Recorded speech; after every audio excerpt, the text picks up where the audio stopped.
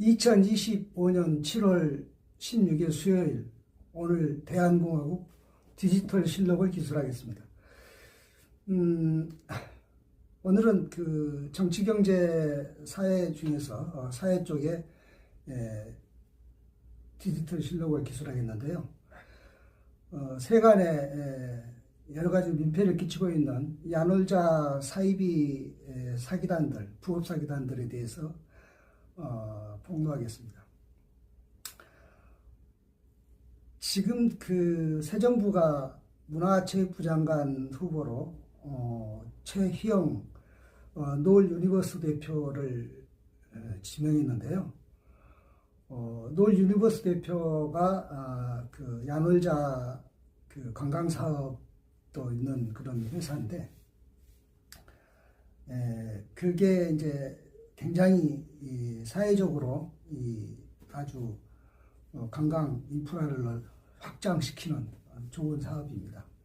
거기 이제 야놀자도 있거든요. 근데 이 야놀자 이 도메인을 변조해가지고 그 사이비 사기단들이 많습니다. 사칭해가지고 유사 사기단들이 많은데, 야놀자 사업 중에는 여러 가지가 있는데 그것들이 대부분 사기단들이 잘 이용하는 그런 것이어서 여러분이 그 일반 대중들이 판별하기 좀 어려워요. 그래서 피해자가 많은데, 가령 이제 호텔 경제학이라는 것이 있어요. 그 호텔 경제학 이야기는 지난번에 대선 때 이재명 그 당시 후보가 호텔 경제학 이야기를 한번 들먹였다가 주로 이제 뭐 이준석이라든가 이런 후보들이 많이 비난을 했었는데, 애약적이죠. 애약 경제죠. 그러니까는 경제를 활성화하는 것은 이제 애약 경제도 일조할 수 있다, 그런 말이었는데, 그것을 이제 이 실체가 없는 이야기라는 데 이렇게 좀 비난했었죠. 근데 호텔 경제학이, 호텔 예약 그 경제가 야놀자의 주 산업 중에 하나이기도 해요. 뭐 호텔이라든가 또는 여러 가지 그 숙박이라든가.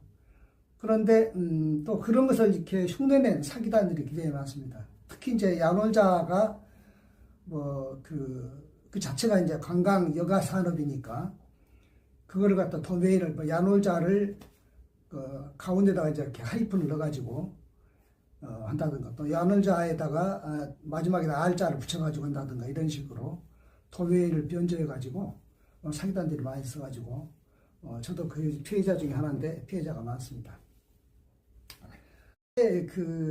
이 사기단들의 수법은 그런 거죠.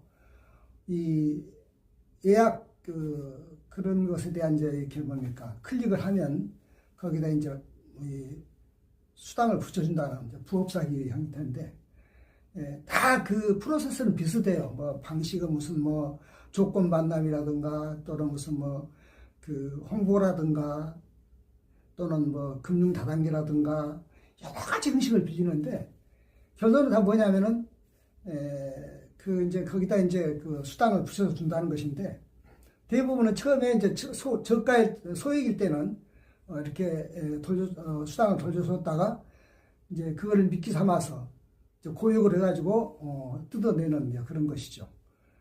그러니까 이제 야놀자가 예약한다는 것은 그렇게 꼭 그런 사기단들이 아니라도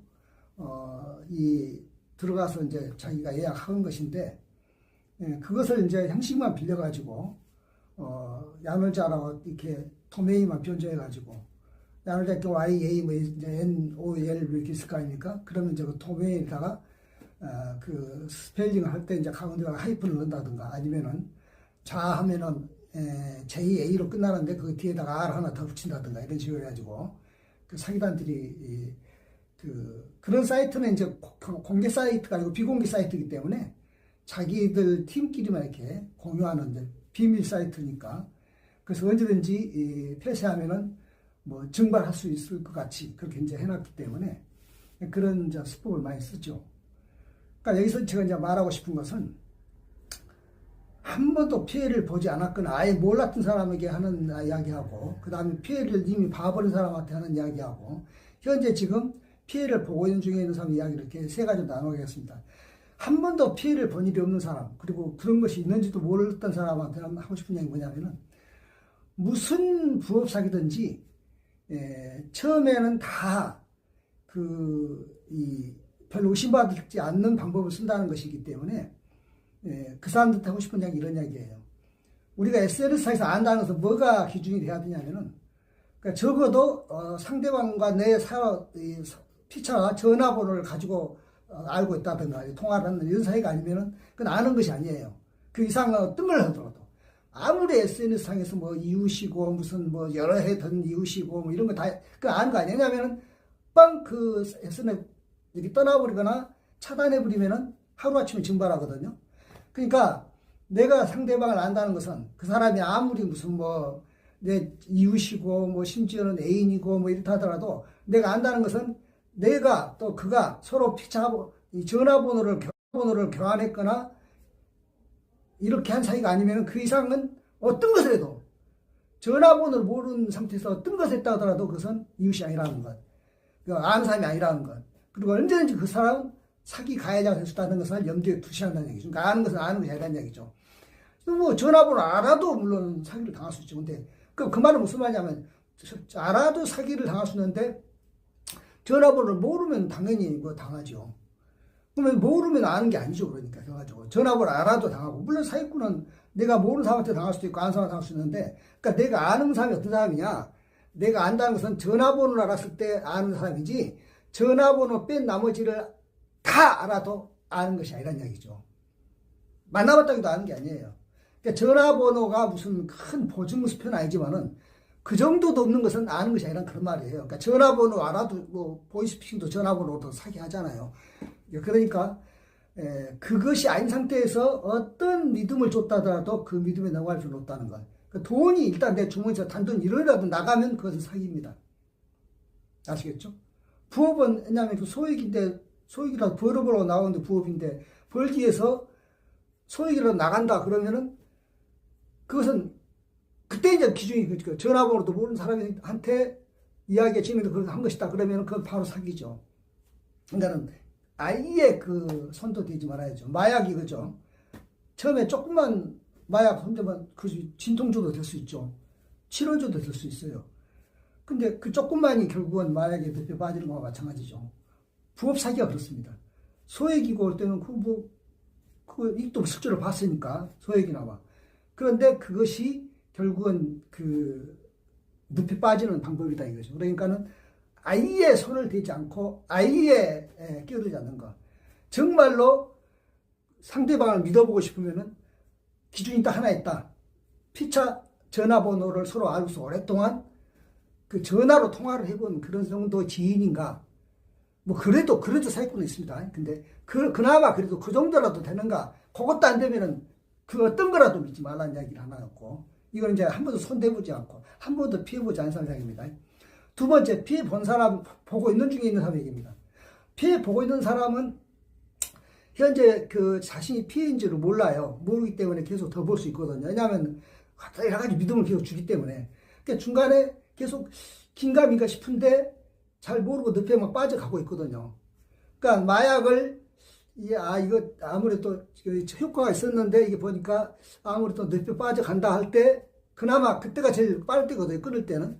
근데 그렇게 안 하고 계속 늪에 빠지는 것처럼 부업 사기도 마찬가지예요. 처음에 이거 뭔가 사기 같은데 라고 생각하면 그때 끊어야 됩니다.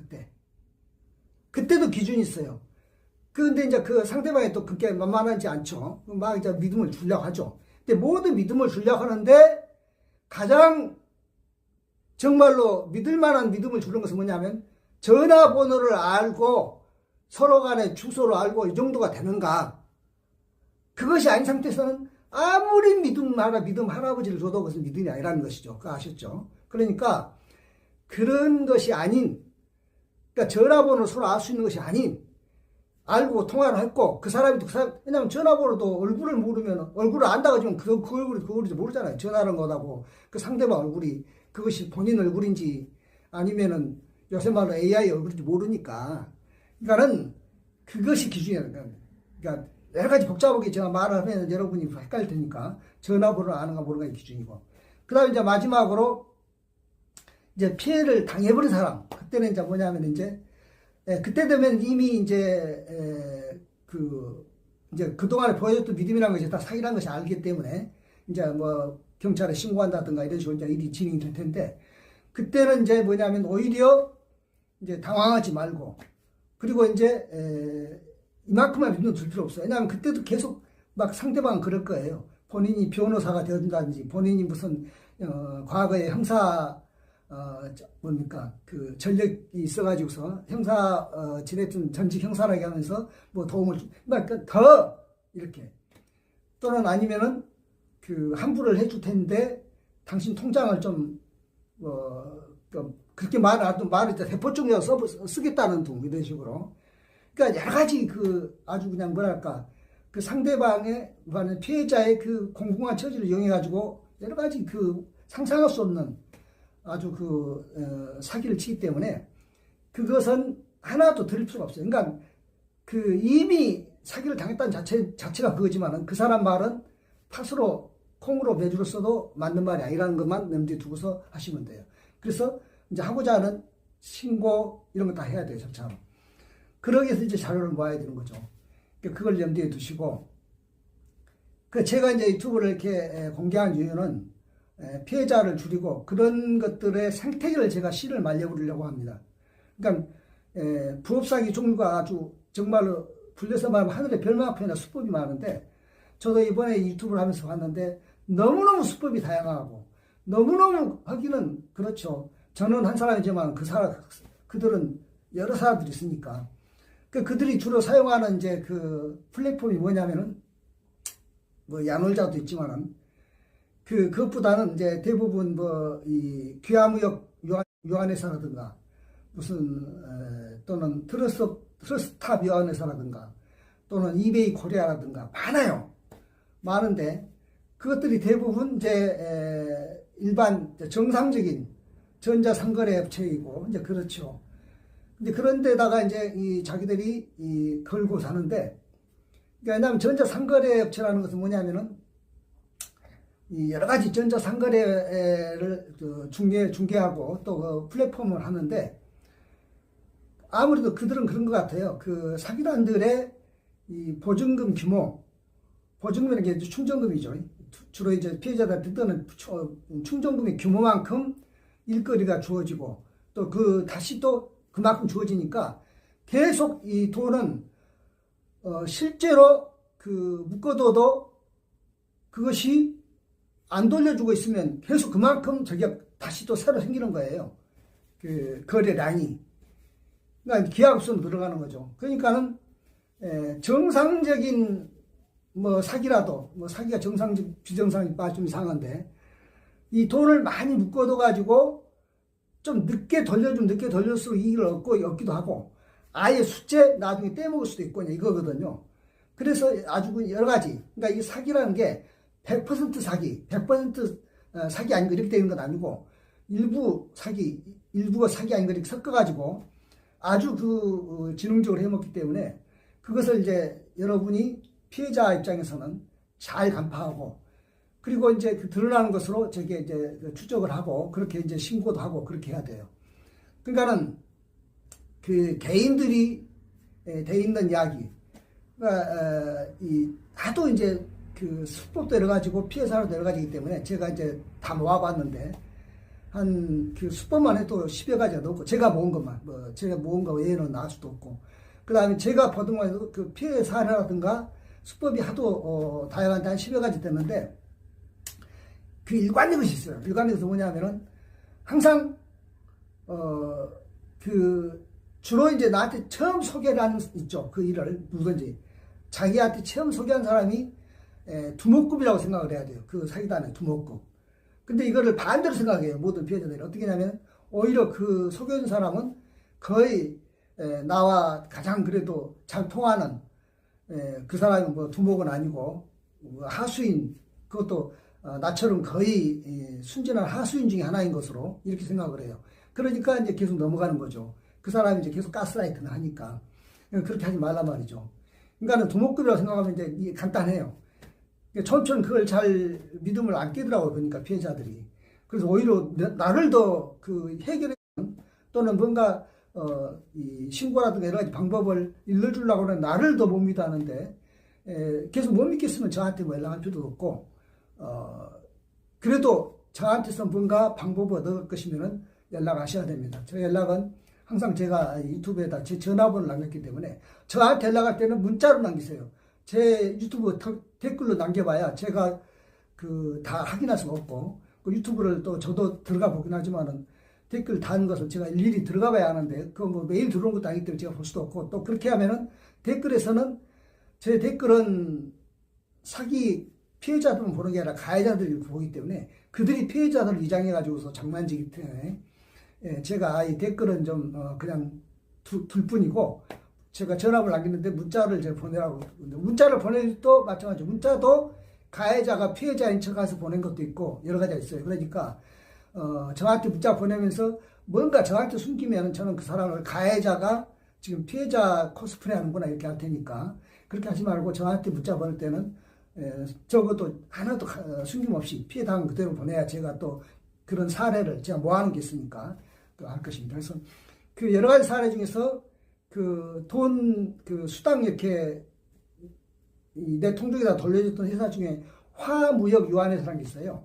화무역 유한회사는 기화무역 유한회사인데 앞에 기자를 뺀 겁니다. 그러니까 왜냐하면 그 송금할 때 여러분들 아시죠? 여러분도 송금해보면 알지만은 송금자 명의를 임의로 바꿀 수 있어요. 내가 예를 들어서 내가 개인이 누구한테 송금하면서도 내 이름을 그냥 홍길동이라 써도 되는 거죠. 그러면 저쪽 상대방 통장에 홍길동이라 찍히잖아요. 그와 마찬가지로 기화무역 유한회사가 기자를 빼고 화무역 유한회사만 이렇게 써가지고 해서 그 피해자가 그런 피해 사례가 많거든요. 그러니까 이제 화무역 유한회사는 이제 존재하지 않죠. 왜냐하면 기화무역 기자를 뺐으면 존재하겠습니까? 아무리 검색해도 안 나오는 거죠. 차라리 뒤에 유한회사 띈 것은 인터넷 검색하면 나오는데 앞에 기자를 띄워버렸기 때문에 화무역 유한회사라면 안 나온단 말이에요. 그런 식으로. 다른 것도 마찬가지 이베이 코리아 이런 것도 있는데 그것도 이제 워낙 큰 회사니까 이베이 코리아는 거기다가 이제 뭐 거기는 뭐 정상적인 사기꾼 아닌 사람도 있고 사기꾼 한두 또 연결되기 때문에 근데 아까 얘기했잖아요. 사기꾼이 100% 사기만 치고 아예 그냥 무슨 회사 그 다음에 돈 돌려줘도 그냥 없는 유령회사 해야죠. 돌려주는 경우도 있겠지만은 돌려준 게 아니라 함부로 준 게 아니라 처음에 미끼 보낼 때 수당 보낼 때도 그런 것도 있지만은 그렇지 않고 일부는 정상적으로 영업을 하는데 이 돈을 잘 안 돌려주는 방법으로 그래가지고 나중에는 이제 질서 나가 떨어지면 떼먹는 방법으로 이렇게 해가지고 아주 역시 그냥 그 어느 순간이든지 그 당시에는 꼭 사기가 아닌 것 같은 그런 방법. 그 통장도 마찬가지예요. 대포 통장도 그래요. 아예 처음부터 그 사기친 목적으로 대포통장을 만들어가지고 오는 경우도 있겠죠. 근데 그것보다는 대부분 피해자한테 A 피해자, B 피해자가 있으면은 A 피해자 돈을 B 피해자 통장으로 이렇게 입출금 받아가지고서 이렇게 그러면 나중에 꼬리가 딱 달라지잖아요. 그쪽으로. 그런 것도 있고 또는 뭐 그 일반적인 주식회사를 만들 때 주식회사는 그 자본 5천만 원 넣었다 빼면 만드는 거니까 그렇게 만드는데 그때 주식회사 대표를 이제 속된 말로 이제 뭡니까 이 신용불량자나 이런 사람들 갖다가 이렇게 또 사가지고 또는 뭐 이 피해자 중에서 누구 하나 이렇게 꼬셔가지고 대표 만들어가지고 그 법인 통장으로 입금받는 방법 여러 가지가 다 있단 말이에요. 그러니까는 이건 어떻게 보면은 뭐 법인 통장이든 개인 통장이든 믿을 거는 다 하나도 없어요. 뭐 법인 통장이면 더 믿을 수 있고 그런 것도 아니고. 근데 요는 수법은 비슷한데 그 프로세스가 비슷하니까 처음에 말했던 대로 제가 결론을 말하면은 내가 그 상대방 안 한 거, 그 소개자가 나한테 간이라도 빼주고 해서 내가 그 사람을 믿는다 하지만은 내가 그 사람 전화번호를 알고서 나하고 통화하는 사이가 아니면 그 사람은 내가 아는 사람이 아니라는 것만 염두에 두시면 돼요. 그렇게 염두에 두시면은 처음부터 피해 당할 일도 없지만은 설령 피해를 받고 있는 중이라도 더 볼 피해를 덜 본다든가 또 나중에 다 받고 나서도 빨리 신고해서 피해 회복을 할 수 있다든가 이런 시점을 놓치지 않는 거죠. 그러니까 내가 상대방을 안다는 것은 그 사람 전화번호 알고 그 사람 내 전화번호 알고 서로 통화하는 사이, 이런 사이가 아니면 다 필요 없다는 이야기예요. 그래서 제가 제 유튜브에서 상담받을 때 제 유튜브 댓글로 묻고 답하고 이런 건 내가 안 하려고 그러거든요. 왜냐면은 아는 사람이, 설령 피해자가 나한테 진정으로 피해자가 이야기한다 하더라도 그 사람 못 믿겠다는 얘기죠. 왜냐면은 그 사람도 내 전화번호 문자를 보내고 그 다음 나도 그 사람한테 문자로 답하면서 그 대화만 정말로 진정한 대화죠. 더구나 그런데 그러니까 전화번호 알아도 사기당하는 것이 보이스피싱이라고 그러는데 그것도 우리는 모르는데 안다고 믿었던 것이죠. 피해자들이. 그러니까 그런 피해를 보지 않으려면 제가 말한 것처럼 상대방을 안다는 것은 전화번호 하나라도, 전화번호 말고 주소도 알아야 되고 얼굴도 알아야 되고 다 알면 더 좋죠. 그렇게 또 해도 사기 당하잖아요. 근데 가장 초보적인 전화번호도 모르는 것은 아는 것이 아니다.